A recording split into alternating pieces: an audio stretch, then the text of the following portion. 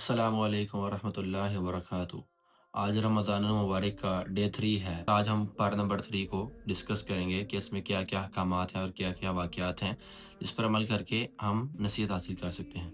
سب سے پہلے نبیوں کی فضیلت کا بیان ہے۔ اللہ تعالیٰ نے کچھ نبیوں کو، کچھ رسولوں کو کچھ کے اوپر فضیلت دی، اور اللہ تعالیٰ نے فرمایا کہ تمام نبی سچے تھے اور تمام نبی ہم نے ہی بھیجے ہیں، مگر کچھ کے درجات کچھ سے بہتر ہیں۔ لہٰذا ہمیں چاہیے کہ تمام انبیاء کرام علیہ السلام پر ایمان رکھیں اور ان کے درمیان فرق نہ کریں۔ اس کے بعد آیت الکرسی آتی ہے، جو قرآن مجید کی سب سے مشہور آیت ہے، جس کے اندر اللہ تعالیٰ نے فرمایا کہ اللہ تعالیٰ ایک ہے، اسے نہ نیند آتی ہے نہ اسے اونگ آتی ہے، اور اس کے لیے تمام زمین اور آسمان کی بادشاہت ہے، اور اس کی مرضی کے بغیر کچھ نہیں ہو سکتا۔ اس سے پتہ چلتا ہے کہ اللہ تعالیٰ ہی تمام کائنات کا مالک ہے، اور اللہ تعالیٰ سب سے طاقتور ہے، اور اللہ تعالیٰ سب جانتا ہے۔ لا اکراہ فی الدین، دین میں کوئی زبردستی نہیں۔ اللہ تعالیٰ نے ہدایت کو گمراہی سے علیحدہ کر دیا، لہٰذا اب ہمیں دیکھنا ہے کہ ہدایت کون سی اور گمراہی کون سی، اور سوچ سمجھ کر فیصلہ کرنا ہے۔ جبراً کسی کے اوپر دین نافذ نہیں کرنا، بلکہ اس کو آپ نے دو آپشنز دینی ہے کہ یہ صحیح ہے اور یہ غلط ہے۔ اب اس نے فیصلہ کرنا ہے کہ ٹھیک کون سا ہے اور عمل کس کے اوپر کرنا ہے۔ اس کے بعد حضرت ابراہیم علیہ السلام اور نمرود بادشاہ کا واقعہ۔ حضرت ابراہیم علیہ السلام کہتے ہیں کہ اللہ پر ایمان لے کر آؤ، وہ مردوں کو زندہ بھی کرتا ہے اور ان کو موت بھی دیتا ہے۔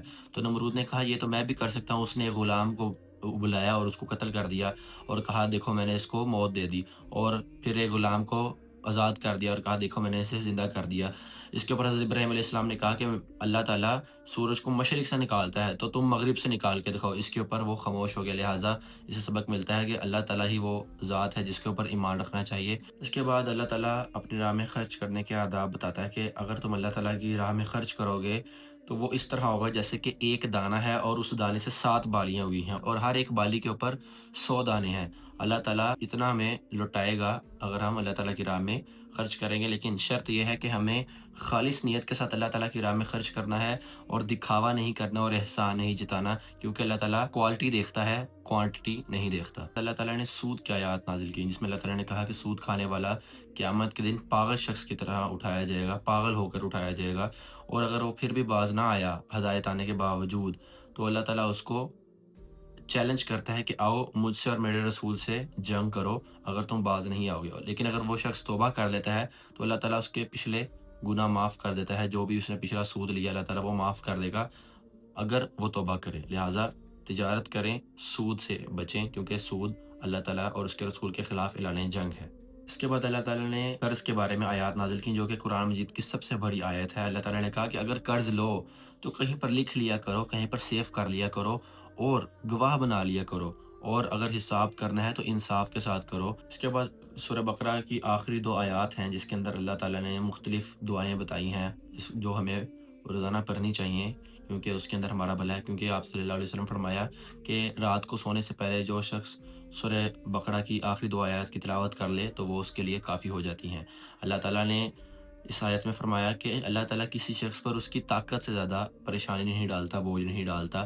لہٰذا اگر ہم پر کوئی آزمائش آئی ہے تو اس کا مطلب ہم وہ آزمائش کو اچھے طریقے سے ٹیکل کر سکتے ہیں۔ اس کے بعد سورہ ال عمران کا آغاز ہوتا ہے اللہ تعالیٰ کی وحدانیت کے ساتھ۔ اللہ تعالیٰ ہی سچا ہے اور اللہ تعالیٰ ہی کے لیے تمام چیزیں ہیں۔ اور اللہ تعالیٰ نے قرآن مجید اور تورات اور باقی آسمانی کتابوں کی تعریف کی کہ یہ اللہ تعالیٰ نے ہی یہ کتابیں نازل کی ہیں، اور قرآن مجید اللہ تعالیٰ کی آخری کتاب ہے اور ہدایت کا سرچشمہ ہے۔ اس کے بعد اللہ تعالیٰ نے کہا کہ میرے نزدیک جو دین قابل قبول ہے وہ صرف اسلام ہے، اسلام کے علاوہ اور کوئی دین ایکسیپٹیبل نہیں ہے۔ لہٰذا تمام لوگوں کو اللہ تعالیٰ نے کہا ہے کہ اسلام کی طرف آؤ اور اسلام قبول کر لو، کیونکہ ہدایت آنے کے بعد انکار کرنا بہت بڑا گناہ ہے۔ اہل کتاب ایک جیسے نہیں ہوتے، ان میں سے کچھ تو ہوتے ہیں جو فساد مچاتے ہیں، لیکن کچھ لوگ ایسے بھی ہیں جو راتوں کو اٹھ کے عبادت کرتے ہیں۔ لہٰذا ہمیں انصاف کرنا چاہیے اور اچھے لوگوں کے ساتھ اچھے طریقے سے برتاؤ کرنا چاہیے، اور جو بوڑھے لوگ ہیں ان کو دعوت دینی چاہیے کہ وہ اچھائی کی طرف آ جائیں۔ اس کے بعد حضرت مریم علیہ السلام کا واقعہ ہے۔ حضرت مریم علیہ السلام کو ان کی والدہ نے اللہ تعالیٰ کی خاطر وقف کر دیا، جس کی وجہ سے اللہ تعالیٰ نے ان کو عزت دی، ان کو چن لیا اور انہیں پاکیزگی دی، اور حضرت مریم علیہ السلام کو عیسیٰ ابن مریم جیسے بیٹے عطا کی، جو کہ اللہ تعالیٰ کی قدرت کا معجزہ تھا، اور وہ اللہ تعالیٰ کے بندے اور اللہ تعالیٰ کے نبی تھے۔ حضرت عیسیٰ علیہ السلام کو اللہ تعالیٰ نے انجیل مقدس عطا کی۔ اللہ تعالیٰ نے عیسیٰ مریم کو بہت سے معجزات عطا کیے، جس طرح حضرت عیسیٰ علیہ السلام کو اللہ تعالیٰ نے ایک معجزہ عطا کیا کہ وہ اللہ کے حکم سے مردوں کو زندہ کر دیتے تھے، اور مٹی سے پرندے بنا کر انہیں جب پھونک مارتے تھے تو اللہ تعالیٰ کے اذن سے وہ پرندے زندہ ہو کر اڑ جاتے تھے۔ یہ تمام معجزات اللہ تعالیٰ نے ان کو عطا کیے تھے۔ عیسیٰ علیہ السلام کی مثال آدم علیہ السلام کی طرح ہے۔ اللہ تعالیٰ نے آدم کو بھی مٹی سے پیدا کیا اور عیسیٰ علیہ السلام کو بھی مٹی سے پیدا کیا۔ کہ حضرت آدم علیہ السلام بھی بغیر ماں باپ کے پیدا ہوئے تھے اور عیسیٰ علیہ السلام بھی بغیر باپ کے پیدا ہوئے تھے۔ لہٰذا اللہ تعالیٰ واحد ہے، اس کی کوئی اولاد نہیں۔ جو شخص اللہ تعالیٰ کے ساتھ کسی کو شریک ٹھہراتا ہے تو وہ شخص ظالم ہے اور وہ کافر ہے۔ حضرت عیسیٰ علیہ السلام نے پوچھا کہ میرے ساتھ اللہ تعالیٰ کی راہ میں کون کون تبلیغ کرے گا، تو ان کے حواریوں نے کہا کہ ہم اللہ تعالیٰ کے دین کی مدد کریں گے۔ اور کچھ یہودیوں نے سازش کی اور حضرت عیسیٰ علیہ السلام کو قتل کرنے کی کوشش کی، لیکن اللہ تعالیٰ نے حضرت عیسیٰ علیہ السلام کی حفاظت کی اور ان کو زندہ آسمانوں میں اٹھا لیا۔ اور اس پارے کے آخر میں اللہ تعالیٰ حکم دیتے ہیں کہ ربانی بن جاؤ، اللہ والے بن جاؤ، قرآن کو سیکھو اور دوسروں کو سکھاؤ اور اس کو خود بھی عمل کرو، تاکہ تم دنیا اور آخرت میں کامیاب ہو جاؤ۔ اللہ تعالیٰ ہمیں قرآن مجید کو سمجھنے اور اس پر عمل کرنے کی توفیق عطا فرمائے۔ آمین۔ السلام علیکم ورحمۃ اللہ وبرکاتہ۔